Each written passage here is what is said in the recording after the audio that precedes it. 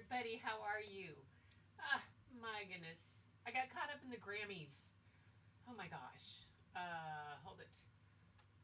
Let's see. C's music there. And yes, system. Oh, well, that's, there we go. How you guys doing? Why does, hello? It says it's weird. I've been having strange audio again. Um, oh yeah, that rains in California are just rough. Anyway, let's say hi to everybody. Linda's here. How you doing? And it was when she was doing her nail salon stand-up. Who are you talking about? That's so funny. Story, yay. Oh, Benny Hill is hilarious. I love all those British ones. The old Faulty Towers. Oh my gosh, that's got to be. And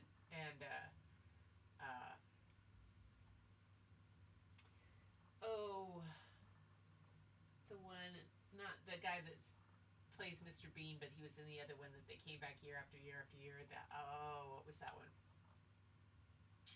I can't remember. Or in different time zones.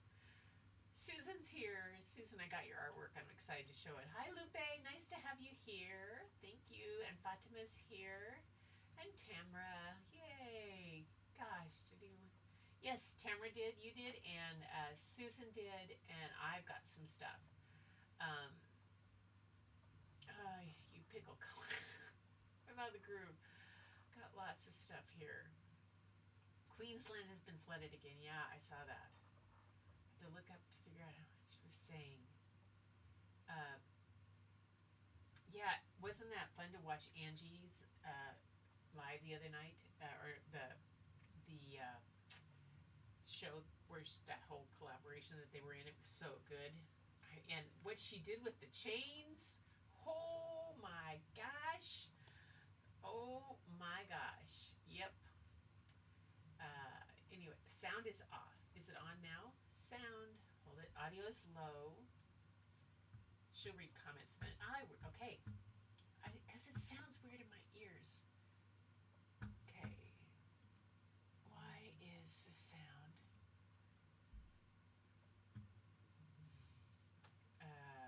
Oh, yeah, it is really low. Let's do this. Go to...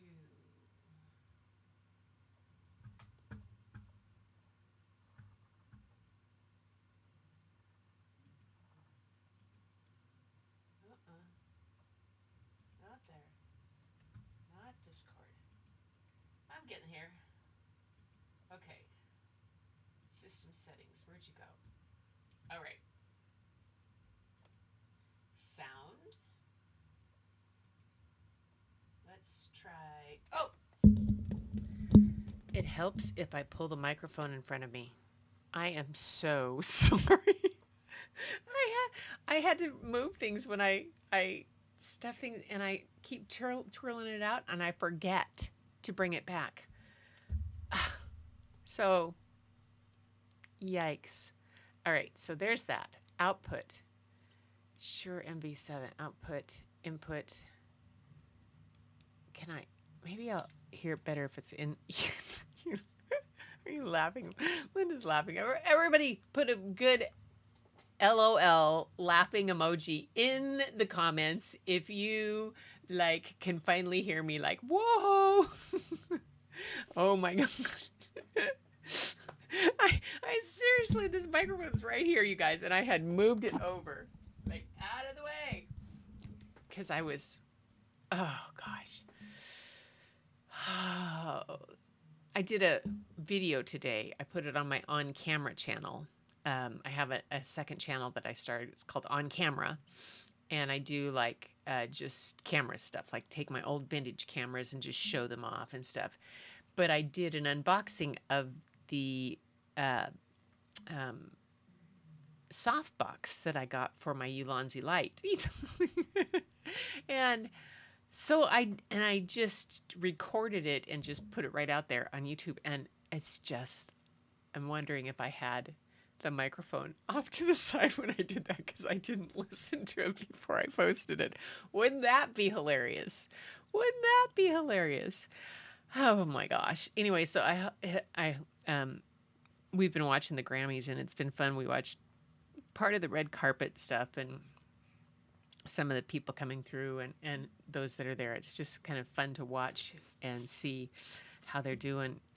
Everybody seems to be having a good time, and there's far more women nominated this year than ever before, and it's kind of like I think it's almost like a slap in the face to the Academy Awards for what they've done in how in the skipping over of certain people and certain movies and the directors of those movies and producers who were women who, like the movie Barbie, that whether you've seen it or not or agreed to it or not or whatever it is, it's been thought to be, that it really was a good movie and had a big, strong message about women. Producer, director were women. The girl who starred in it was not nominated for Best Actress. Despite the movie being put out, the movie was nominated, but not the producer or the director.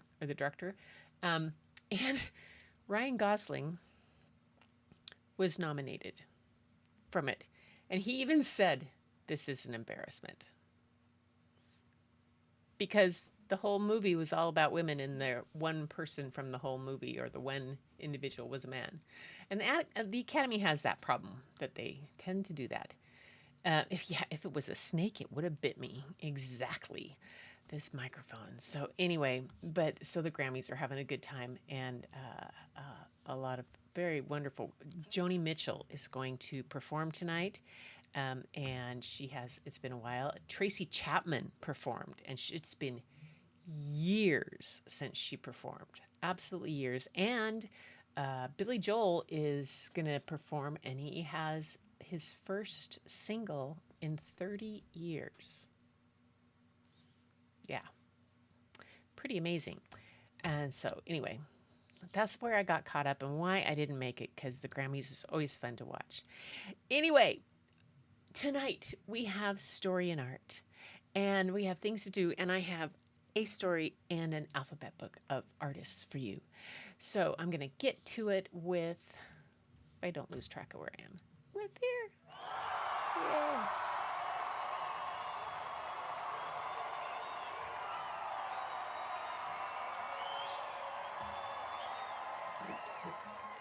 Okay, we're going to start, it looks like, with my stuff, if I can get it to show.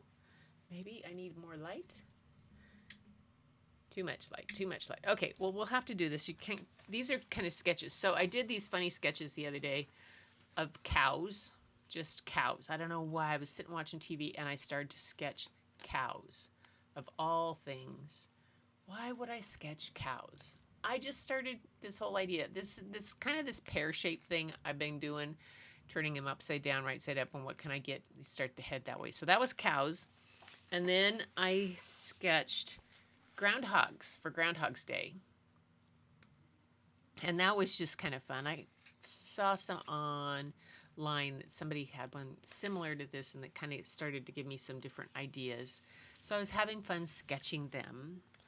And then I ended up with a Groundhog Day watercolor. Yeah, a Groundhog Day watercolor. Yep. You know, that kind of thing. So that was my sketching. Yeah, who doesn't love a cow? Exactly. My thoughts too, Susan. Cows are just intrinsically fun. You know? They have all the different expressions you can do. Bob thought I was crazy, though. I mean, I'm sitting there watching TV with him, and I'm drawing cows. He just thinks it's hilarious. Okay, so we did that. Then I told you I did that collage group the other day. Okay, I'll get these guys out of the way so you can see.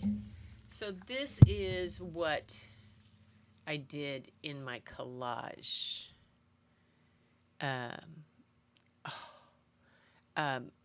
Puxtani, Portland, Oregon has another one, and his name is Filbert. Because Filbert nuts, got it? Because Oregon is famous for growing hazelnuts, or filberts, which they are. Yeah, so Portland has their own. He came out and got little things. So anyway, this is my collage. This part, like down here, you can see this was a photograph that I had that I didn't like, that I had painted over, and then I cut it up. This is photographs. These are parts from when I was testing out paints that I got, doing swatches and stuff. So there is, hang on, let me grab the picture.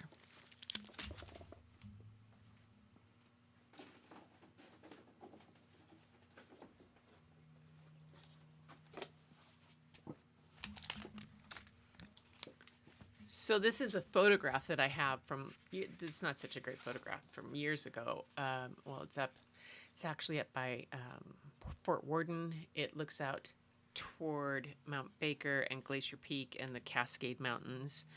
And over Puget Sound, it's looking east, and this is sunrise. So I had this photo as an inspiration for doing this. And that's kind of how they came about. So that was from that to that. And then this morning, like last night, I literally was like, I want to go paint. And I never get that feeling.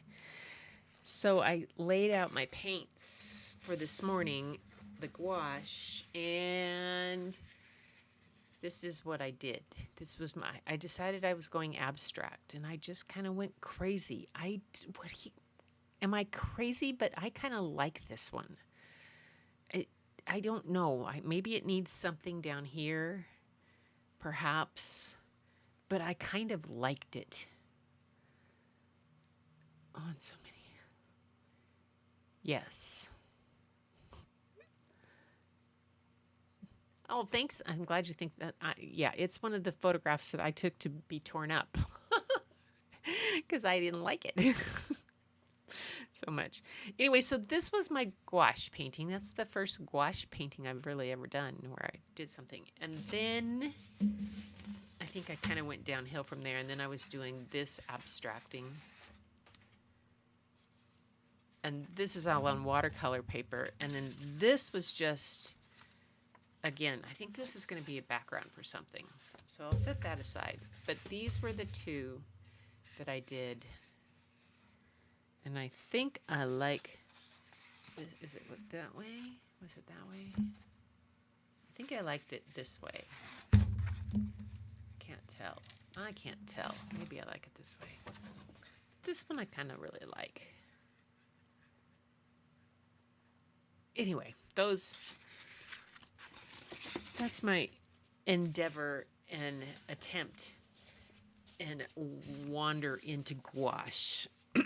And then, of course, my sketching is always right there. Yay. So we'll go on. You know what? I'll give myself these.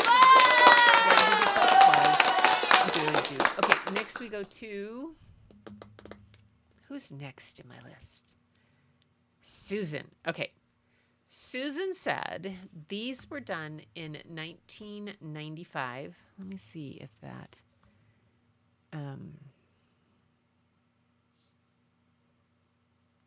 the color's cool. I love the bird. Thanks, you guys. Let's see. I want to drop the brightness on these a little bit. There we go. Okay.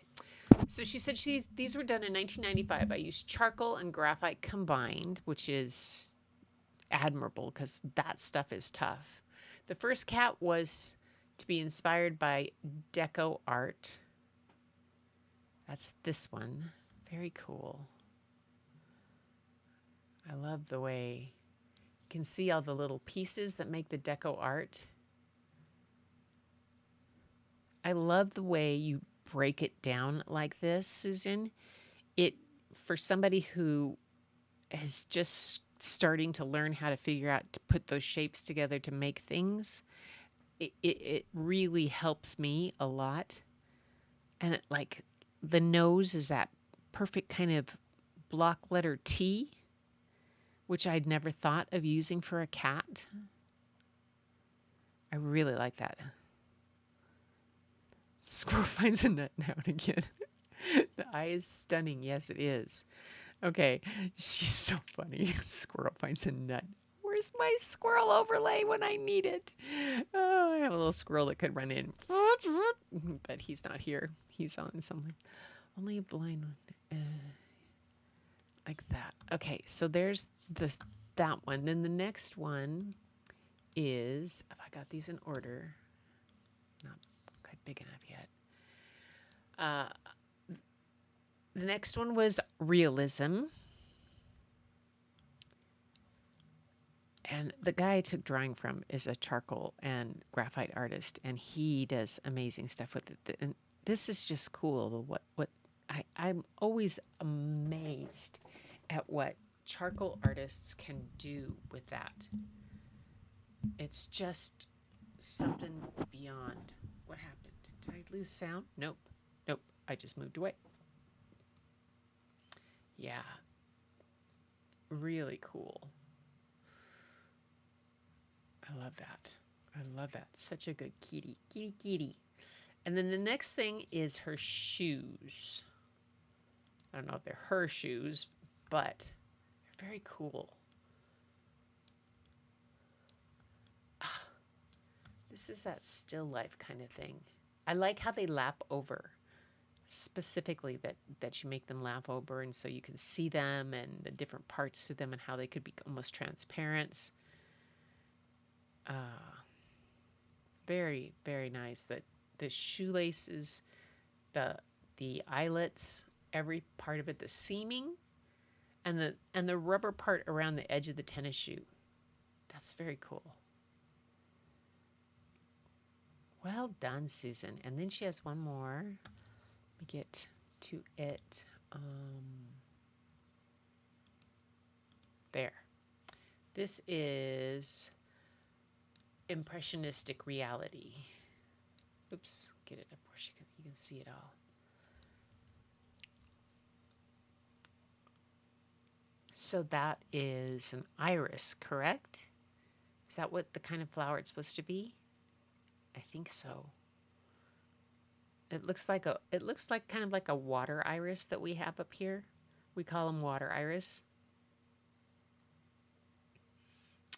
They're not as thick and full as a full-bodied iris, but this has our water iris, are a little thinner.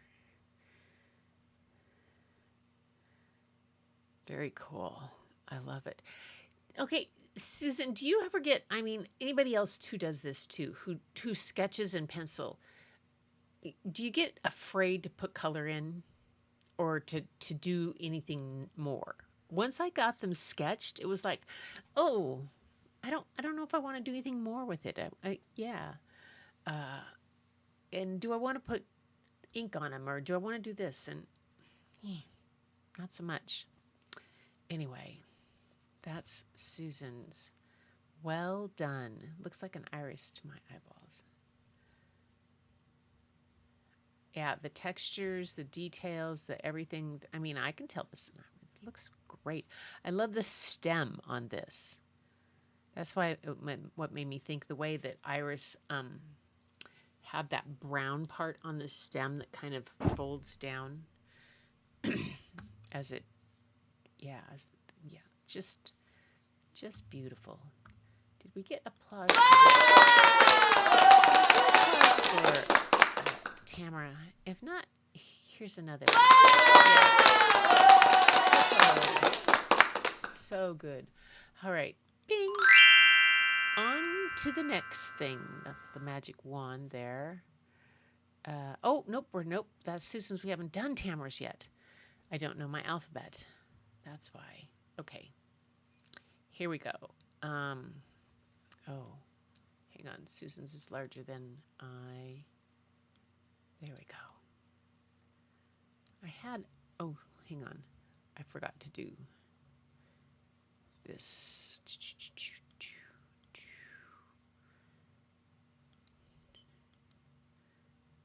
Okay, there we go. So anyway, she's sending the piece I just finished yesterday. From start to finish, it's an acrylic pour swipe plus collage on canvas.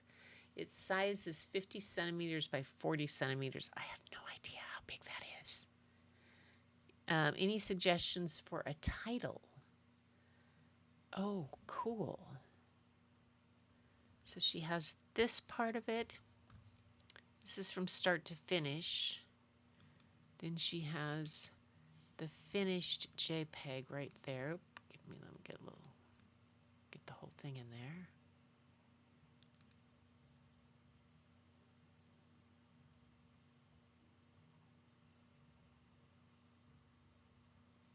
She needs a title.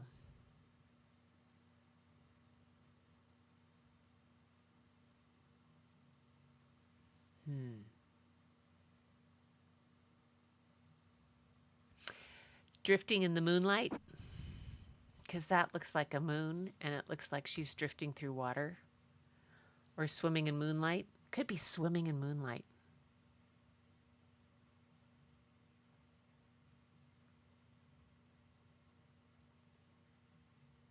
Because it looks like she's facing the, or bathing in moonlight, because it almost looks like she's floating in the water. But it could be drifting. Arise. Oh, that's good.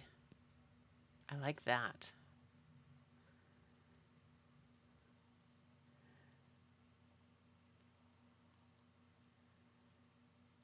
Very cool. Very cool. Let's see now. Next she has, what was this? This is finished photo playing. Oh, she's got the finished photo and she's playing with sections of it.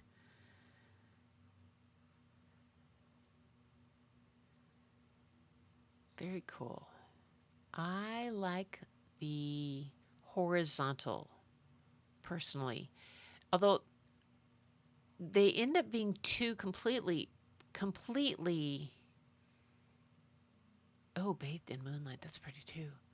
The two completely different things. The horizontal long one is a completely different feel. This one, the one that I show on the left, where you flipped it, because I think you flipped it, it looks like a completely different painting, and it looks like she's looking towards someone, and that she's gazing at someone or welcoming someone or watching someone walk. I don't know, but that's what I see. It's a completely different feel. And yeah, very cool. See, you see flowing fabric and scarves. Wow. And I see water. I live by water. I live around water all the time. So water kind of goes. My sister would probably see fabric. It does have a different emotion, completely different emotion. Oh, well. Oh. So you got our ideas. Longing for someone. Oh, that's pretty. Longing for someone, or just longing. Oh my gosh, longing would be, yeah.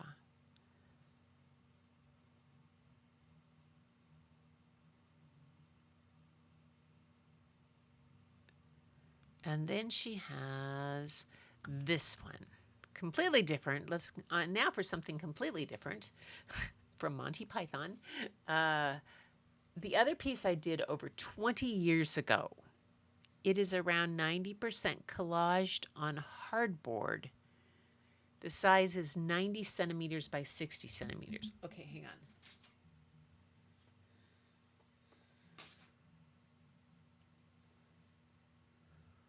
on. Okay, I just got my meter stick out here.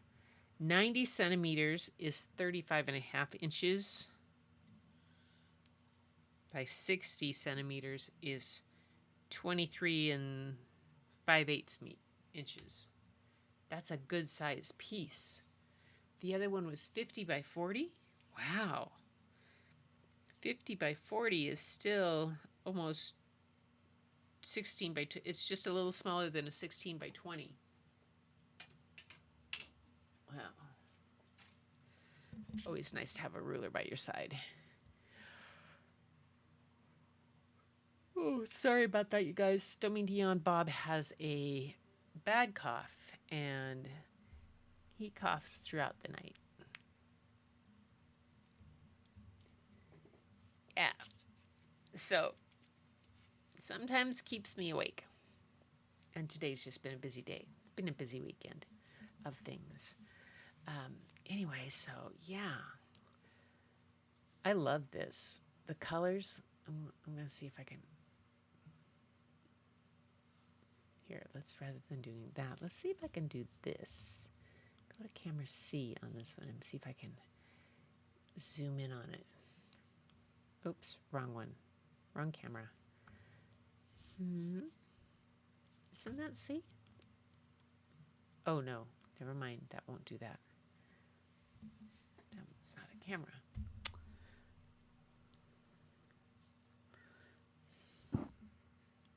Huh. Yeah. Look at the pieces down there that like the people. The kids laying on the ground. And the sailboat. And look at that on the table. There's the little piece on there. I love this. And the poppies. Oh my God. Christy Teigen has a poppy dress on tonight. John Legend's wife, Christy Teigen, she has this cutest little poppy dress on. The top is all black, and then the skirt is just this little flounce of fabrics rolled together in and out and in and out and all around her, and it's almost like this fluorescent. In fact, in the color, it looked kind of fluorescent orange, and orange poppy, that poppy red orange, and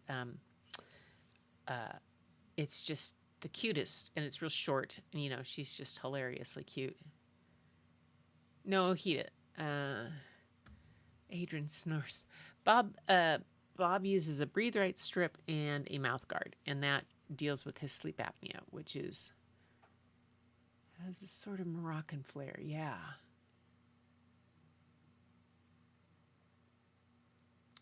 That is so wonderful. Different papers are so much fun. The pieces I did were, the two of them were on watercolor, and then the one that I'm using for background is done on a canvas pad, and it's a canvas paper kind of thing. It's very odd, and it rolled, unlike the other stuff did. So lots of textures. The moon's tamara. I love this one.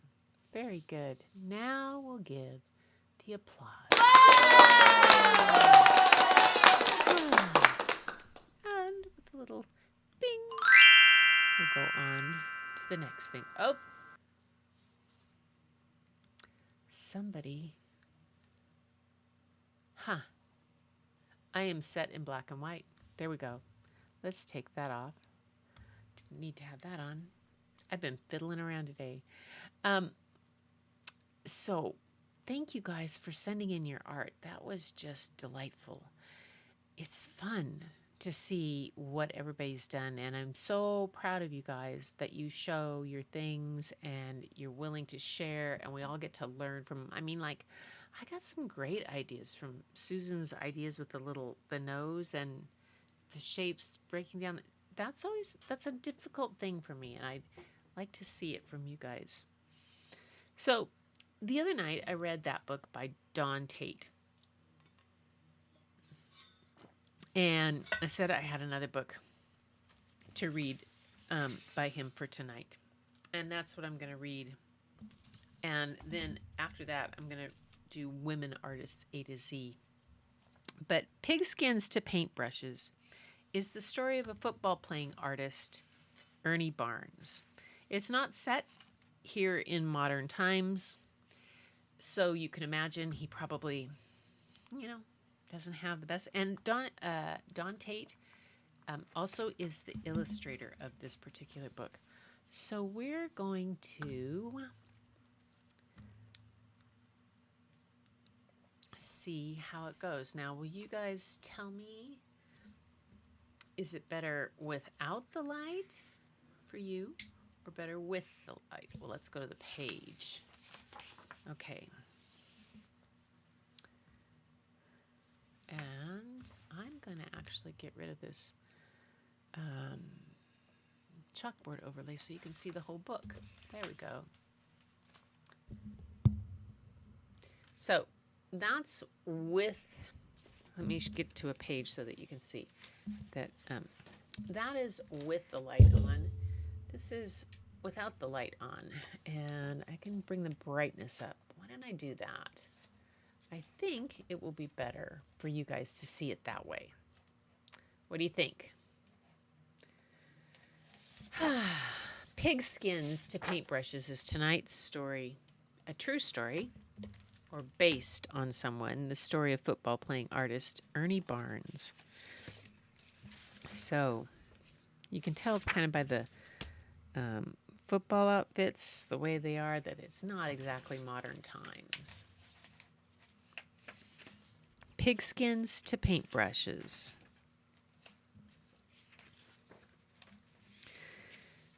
Sports didn't come easy for Ernest. He couldn't run very fast. He couldn't dribble a basketball to save his life.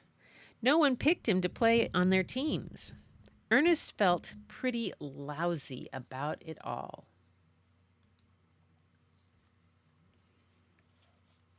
I couldn't conform easily to the athletic ideal, he once said. It seemed most everyone expected boys to be good at sports, especially in the Bottom, a neighborhood of hardworking but poor African Americans in Dunham, North Carolina.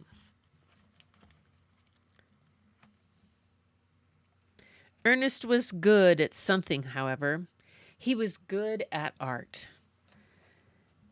In his sketch pad, he drew pictures of trees and clouds and animals and people. In the mud, after a light rain, he sketched flowing lines all over his yard. Ernest never said much. His artwork was his voice. Opportunities to learn about art were slim for kids in the Bottom during the 1930s. Art museums, as well as restaurants, hotels, and most colleges, were off limits to black people. Segregation was the law that kept white and black people apart. Laws didn't stop Ernest's mother from finding a way.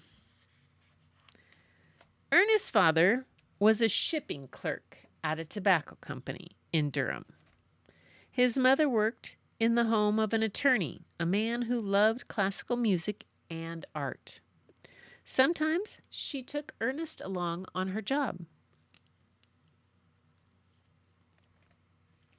While she worked, Ernest scanned art books the attorney had welcomed him to look at. Books brimming with the works of revered artists such as Toulouse-Lautrec, Delacroix, and Michelangelo. Bold, expressive brushstrokes, bright, vivid colors, long, exaggerated physiques painted Ernest's memories for years to come. At school, Ernest was a bully magnet. A boy who didn't play sports, who loved art, played the trombone, and enjoyed reading poetry? He got teased for being different. They hated me, he once said. One day after class, kids circled around. They shoved Ernest. They snatched away his trombone.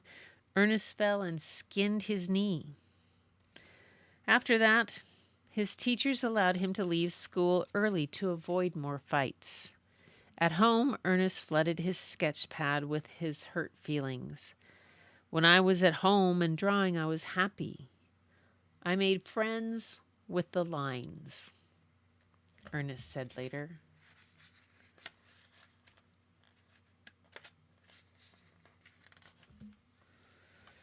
The taunts continued in junior high.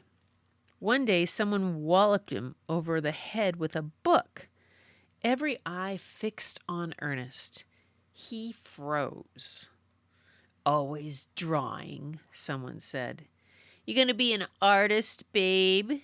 Someone else mocked. Then someone blurted out, he ain't got no guts. That's why he won't play. Play football? That's what the real boys do, so many people thought. When the teasing became unbearable, Ernest dragged himself to the coach's office and joined the football team. Practice drills began with an ear-piercing whistle, but Ernest couldn't keep up. Running in a helmet and pads was like exercising in an oven. The coach fumed. You never will be nothing, he yelled. His berating didn't stop there. You too pretty to play this game. That was it. Ernest quit the team. In high school, the pressure to play football turned up again. A large boy like Ernest, everyone thought, would surely make a great defensive lineman. Ernest had a plan, though. He instructed the mother to just say no. He instructed his mother to just say no should any coaches come snooping around to ask him about joining the team. But she didn't listen. Over a prayer and a plate of fried chicken, she and the coach made a final decision. Ernest would become number 73 on the Hillside Hornets.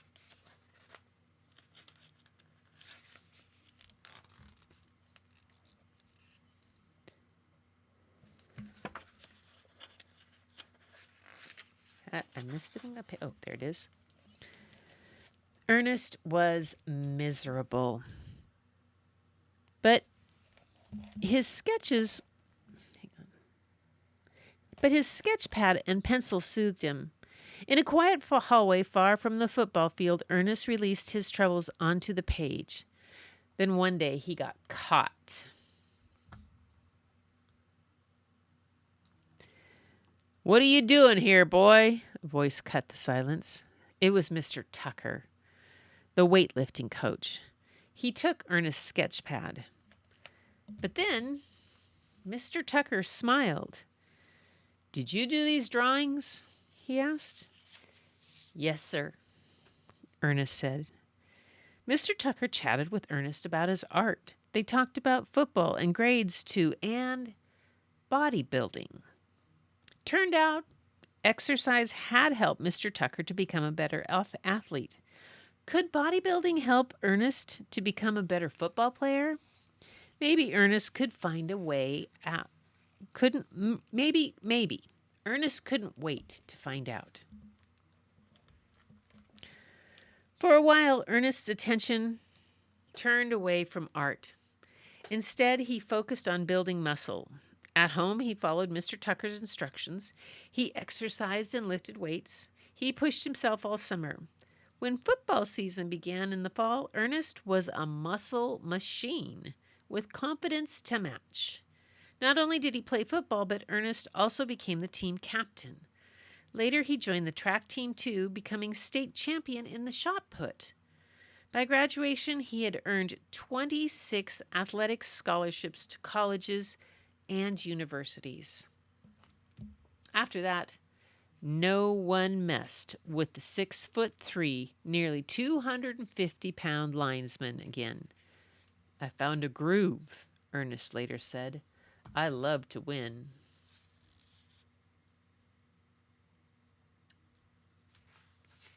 I don't see much chat going on. Are you guys still there?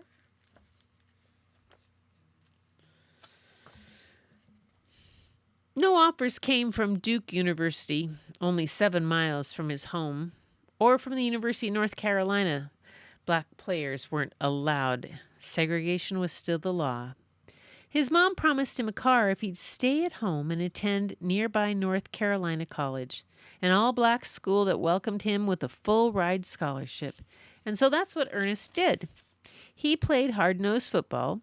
He heaved the discus and hurled the shot put, but his heart longed to create. Ernest quit the track team to devote more time to developing as an artist. I never left art, Ernest said. He adored the large studio classrooms, the easels, the sweet smell of oil paints. He studied anatomy, perspective, light and shade. He experimented with new mediums like charcoal and inks, and he learned more about art history too. Sometimes Ernest got stuck for ideas on what to paint. He asked his art teacher about it. If you're going to be an artist, you got to work from your experiences, the teacher told Ernest. When you're on the field, check out what's going on around you. Ernest listened. Then he realized how football and art were one and the same. Both required rhythm. Both required technique. Passing, pulling, breaking down the field. That was art. For Ernest, art and football could not be divided. From that point forward, he painted images from the game of football. While Ernest grew up admiring art in books, he'd never actually been to an art museum. Laws prevented that. But now the laws had changed. When an upcoming field trip to the North Carolina Museum of Art was announced, Ernest was over the moon excited. Other than the post office, the museum was the fanciest place he had ever been. Some paintings on the wall were realistic. Others were abstract. Ernest was having a great time, but he also felt disappointed. Something was missing. Where are all the paintings by Negro artists? He asked the museum guide. Oh, I'm afraid your people don't express themselves that way, she said. Words as cold as ice. Words Ernest knew were not true. Laws had changed. People's attitudes had not. After college, Ernest was ready to pursue a career in art. He even sold his first painting to a basketball player. The $90 I received was great, Ernest said, but the real excitement was in having him hang my paintings in his home. Nothing slowed Ernest's dreams except for maybe one thing, an offer to play for the American Football League. On draft day, professional teams chose players, and Ernest hoped to get it picked. A career in football could make him a rich man. On the morning of the draft, he opened the sports section of the newspaper and searched for his name. Ernest's hands were sweating. His heart pounded. Several of the teammates were listed, but his name was missing. Then he saw it. Ernest Barnes, a tackle at North Carolina College. He dashed out to the garden to show his mom. Look, Mama, look, I got drafted by the Colts. Wow. Imagine that. A kid from Boston, who no one chose to play on their team, was now in demand from the biggest football league in the nation. Ernest would become a professional football player. The world champion Baltimore Colts had been eyeing Ernest throughout the college years. Soon they jetted him off to Baltimore to watch the championship game and to sign a contract. Ernest could not sleep that night. Excited, he spiraled out of bed and grabbed a paintbrush. Then he expressed his delight on canvas, painting a picture of his new teammates. He named his artwork The Bench. When a sports writer learned about Ernest, he requested an interview. A football-playing artist? Now, there was a story to tell. But when the article was printed in the Baltimore News Post, Ernest's name was spelled Ernie. And from that day forward, Ernest Barnes became known as Ernie Barnes. And the football-playing artist was just fine with that.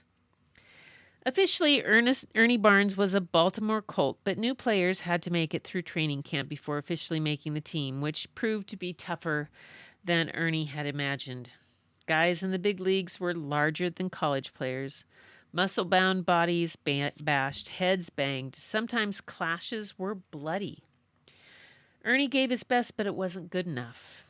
On the final day of camp, he had been cut from the Colts. Ernie was crushed. He wasn't without a job for very long, though. The next day, he was next signed to play for the New York Titans. Later, he played for the San Diego Chargers before ending up on the Denver Broncos. Art remained in Ernie's heart, even on the field. Before games, Ernie slipped the stub of pencil and a notepad into his pocket. During timeouts, he scribbled notes on what he'd been seeing while playing. He recorded what his body felt like when it moved. He planned how he could splash that movement onto canvas later. Sketching during team meetings was a big no-no, however. One time, a coach fined him $100 as punishment. His teammates didn't mind, though. They nicknamed him Big Rembrandt, after the famous Dutch artist. 5 seasons of football slogged by. Ernie battled on the gridiron, but his heart ached for more time to paint. After an injury, Ernie decided it was time to retire from football. He was 27 years old. Was his football career over? Definitely not. Ernie had a plan. At a meeting with the league owners, he asked to be hired back, not as a player, but as an artist, the official artist of the American Football League. The owners got quiet as Ernie pled his case. No one quite knew how to respond. An artist? For a football league? They were confused. Owners of the New York Jets liked the idea, however, and Ernie soon joined their team, yes, as an artist. He quickly went to work creating 30 new paintings in just a few months. A solo art show at the Manhattan Gallery was soon arranged by Sonny Werblin, the owner of the Jets. On the night of the exhibition, the gallery quickly swarmed with football players, art critics, sports announcers, and reporters. Ernie was worried, his nerves like jelly. Had he made a mistake? Would anyone even purchase a painting? A phone call from his mother calmed him. She offered a prayer, then sent him off to greet his guests. Ernie's paintings were dynamic. Light and shadows swirled, lines and patterns sang. The raw muscle of football danced with the grace of a ballerina. Ernie began painting the people of the black community he so admired. This collection of paintings he called The Beauty of the Ghetto. One of his paintings was featured on the national television show Good Times. Ernie even appeared on the show twice. In the spring of 1979, Ernie's art career churned full circle when he exhibited at the North Carolina Museum of Art. Surely he thought about the tour guide from 23 years ago, the one who'd said that black people didn't express themselves artistically.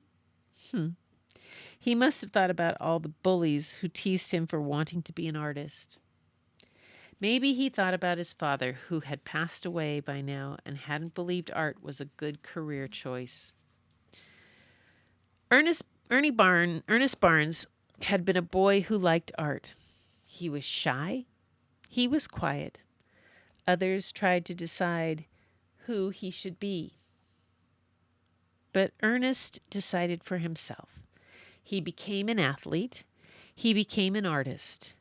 The boy could be anything he wanted to be. Football demands creativity, Ernie once said. From pigskins to paintbrushes, Ernie Barnes grew to be a man successful at being himself.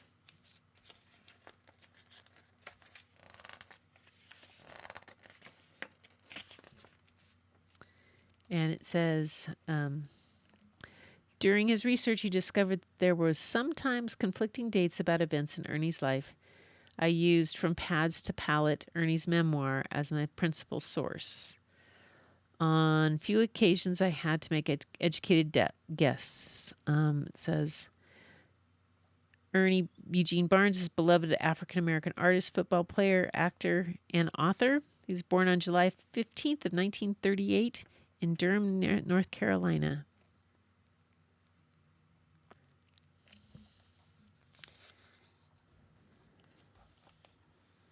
Barnes credits Ed Wilson, the chairman of his college department, with helping him to develop his foundation of art. He reminded his student that art was all around him and that he should work from his experiences. Some of his things there. And in response to the 1960s Black is Beautiful movement, Barnes created a series of 35 paintings that served as a visual love letters to Black America, the beauty of the ghetto. And it toured major cities from 1972 through 1979. In 1984, Ernest Barnes became the official artist of the Olympic Games in Los Angeles. In 1984 and again in 2004, he was named Sport Artist of the Year by the American Sport Art Museum and Archives. In 1990, Barnes was awarded an honorary doctorate of fine arts by North Carolina Central University. He won commissions from entertainers all this time, such as he did commissions from entertainers such as Harry Belafonte, Flip Wilson, and Charlton Heston, in addition to more recent celebrities like Kanye West. Barnes' artwork has appeared in magazines and on album covers, and he himself has appeared on television and in movies. Ernest Barnes died on April 27th, 2009.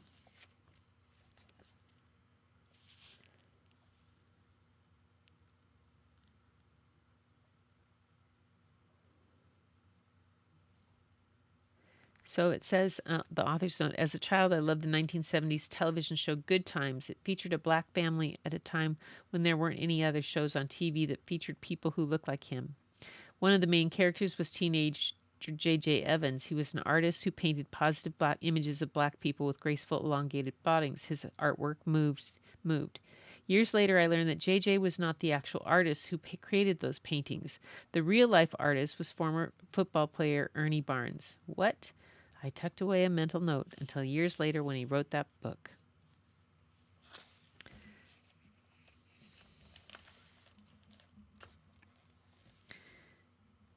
Ernie Barnes.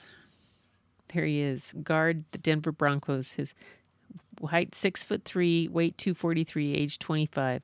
You might not think that a professional artist would spend his winter months playing football, would you? Well, Ernie Barnes is such a fellow. After graduating from college in '60 with a degree in art, Ernie is signed by the newly formed Los Angeles Chargers in the American Football League, a giant guard. He joined the Broncos before the 1963 season began. So that's his player card right there. The front and back of the 1964 Denver Bronco Topps football card. So wonderful. Very cool. That's a great book. I think I'm going to save the Women Artists A to Z for a night all on its own because it's got too much and it's too wonderful. And this was just fun. I wonder, go to here and see if I can find... There.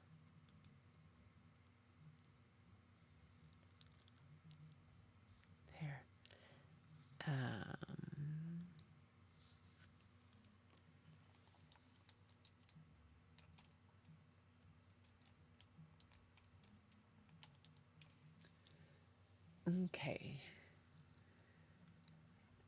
Artist Ernie Barnes has an official website. Let's move this over here.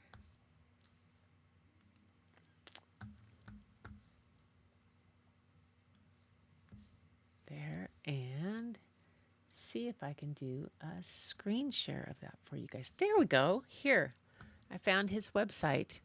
They even have a 2024 calendar of his things. Let's see.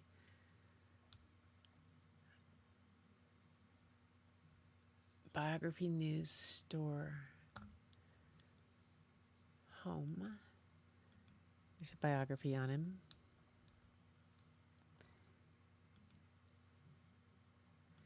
Store. So you can see some of his sports posters, calendars, open edition prints. Let's go see what he's got. Look at these, the drum major. That's cool. The Sugar Shack. Oh, look at that. Dancing. How cool is that?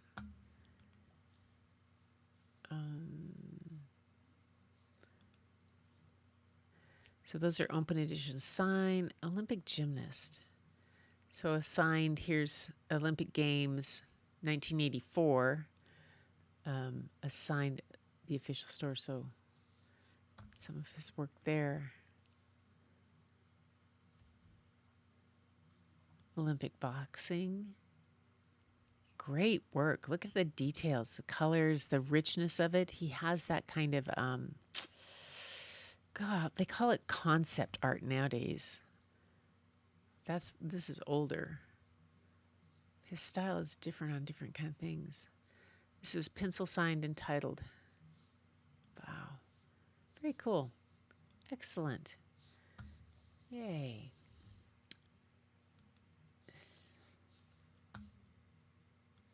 Get back here where I can see what you guys are saying. Yes.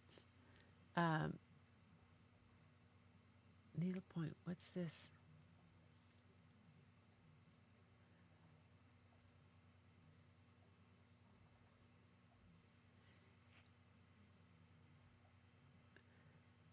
Rosie did needlepoint, didn't he? Yes, Rosie did. Yeah. You could also do, so it was needlepoint. Football players take up. Oh, the Seahawks were when we lived in Kirkland. Before they moved their training place to down toward Renton, they had a spot in Kirkland that they trained. It wasn't too far away from where we were living, and a lot of them would come to the hot yoga place that I would go to, and then there was a dance studio in there too, and they would take dancing, and that was one of the things they did. They took ballet, they did all the things. This was back, in the early 2000s, but it was always quite the thing. That's amazing. Yeah, it's a great book. His work is amazing. I just looked. We taught our middle school students to knit. We had an entire club of boys that became quite proficient. I was talking to somebody today about, said something that I always kept yarn in my library. And especially on rainy days, I would teach the kids how to do finger crochet. And there was two boys who were twins. And one of the twins took it to a whole new level. Beyond finger crochet, he learned how to crochet, and he started to make bracelets, and he was selling them. And it was like fourth grade when he started to do it. Nobody messed with it. I mean, but some kids I'm sure teased him. But when he started making money doing it, they were like, oh, and it became the cool thing. And yeah, I love it. Jeremy Massey has a crochet channel that he does, which is pretty fun. Yeah, needlepoint is mathematical, like weaving is too. Very cool. I'm glad you guys liked it. Anyway, it's a time. It's always the right time whenever we learn things. Sometimes that his artwork, the bright bold strokes, and it's fun to go back, and I love to see how the artists that write the books or that illustrate the books represent the art of the artist. It's always just really fascinating. And then the chance to go and look at their things. Anyway, yes, 1984 was the year that Annalena was born, and those 84 Olympics, I remember them well. Oh, crochets from his memory. Absolutely studying. Jeremy hasn't. Yeah. So you guys, that was it for Story and Art tonight. Thank you guys. Susan, Tamara, both. Thank you so much for sending in your artwork. We'll have art next week again. So if you didn't get a chance, Lupe, Susan, Susan did, Linda, Fatima, and who else was here? Fatima. Oh, I saw Kelly's stuff too. Feral art. Oh my gosh, she did some cool things this week. I thought they were pretty.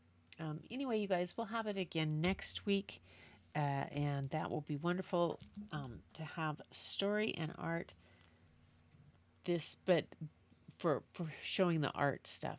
But this Thursday, I will be back for more. I've got a stack, and I'm kind of scattered, as you can probably tell. So, who knows what the books will be? Who knows? But definitely this Women Artists A to Z is going to be one that I really want to share. And maybe Nothing Stopped Sophie. The story of an unshakable mathematician, Sophie Germain. That sounds good. That's a good one. All right, you guys. Thanks so much for being here. And I appreciate it so much. It's a great way for me to start my week. And it really helps ground me and gets me all like together. And I'm ready to step into the new day and a new week. I hope you are too. Tamara, how's the week going? She's already ahead of us, but that's okay.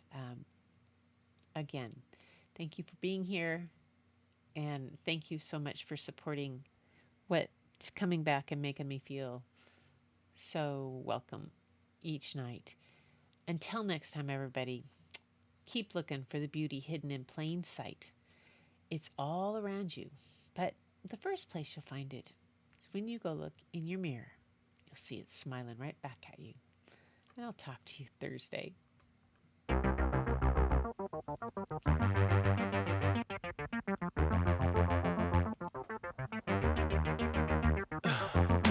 In the heat of the night, we could get lost in all the lights and sounds. Feeling alright, we won't go home, we will just stay here downtown. There's not just stars on the boulevard, they're in the light in your eyes. Oh, we don't need no black cards, I just need you by my side. We could be shameless, famous, running cool, with a love that leaves us weightless. Ooh, drop dead gorgeous, wow. Ooh, you got me feeling starstruck too. We could be famous, we could be famous. You blow my mind, looking like a model, better than the usual. Yeah, you don't even try, not average or typical. I put you on a pedestal. There's not just stars on the boulevard, they're in the light in your eyes. Oh, we don't need no black cards, I just need you by my side. We could be shameless, famous, running cool, with a love that leaves us weightless. Ooh, drop dead gorgeous, wow. Ooh, you got me feeling starstruck too. We could be famous, we could be famous, we could be famous, we could be famous. Suppose I could